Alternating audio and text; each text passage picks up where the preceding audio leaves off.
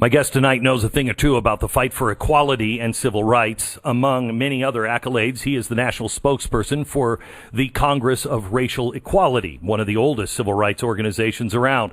He also has, I think, a few things to say about the value of the traditional family in the black community. Niger Innis is with us. Niger, I want to start with something that came out today from the National Museum of African American History and Culture, where they wanted to make sure everybody was aware of the aspects and assumptions of whiteness and white culture. And among these things, rugged individualism, family structure, an emphasis on scientific method, history, Protestant work ethic, religion. I mean, aren't these American values? They're not white values. Aren't they American values? I would hope so, Glenn. You know, I have the impression that good old-fashioned hard work, discipline, you know, getting married and having children in wedlock, that these are Western decent values, not white values. But, you know, Glenn, it reminds me of the phenomenon that occurs in schools all across the country, where if you have a black kid that is doing extraordinarily well, that is getting A's, that behaves in class, somehow they are criticized for acting white, which is nonsense.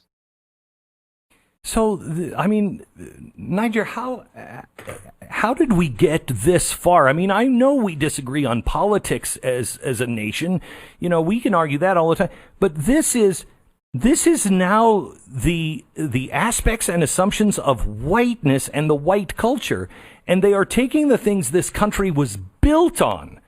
And quite honestly, the African American community at its best is built on all of these things. Personal Absolutely. responsibility. How did we get here so seemingly rapidly? Well, Glenn, it's not an accident. It's not coincidence. It's not spontaneous. There's been a systematic attempt to undermine Western, not white, Western values, Yes. which includes the Constitution of the United States, since the late 1970s, early 1980s, when there was an implementation of a philosophy called critical race theory. And it is just another socialist manifestation that promotes race as the end all and wants to integrate itself. It's almost like we talk about the pandemic. Well, this is a pandemic. It is a virus that has infected law schools, the legal community generally, academia generally, and it's a clear and present danger to the future of our country. I mean, I see the money that is spent, $1.6 billion now to BLM Inc. I see this coming from a national museum saying this. I've never seen anything like this before. Are our communities waking up? I don't see the Christian communities waking up. Is the black community waking up? Not enough. In fact, more than the black community and the Christian community, and the black Christian community is not waking up enough. But this critical race theory has latched itself onto the National Black Baptist Convention and to other historically conservative institutions within the black community that have been the foundation of our survival and our prosperity. How can that happen when families are so important in the traditional black family? We are at the point where evil is being called good and good is evil.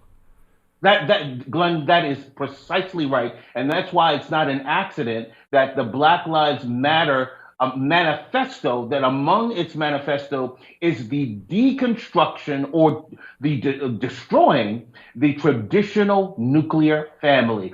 This is a full frontal academic, cultural assault on Western civilization and classic liberalism. Not liberal as in conservative liberal, but classic liberalism, real classic liberalism.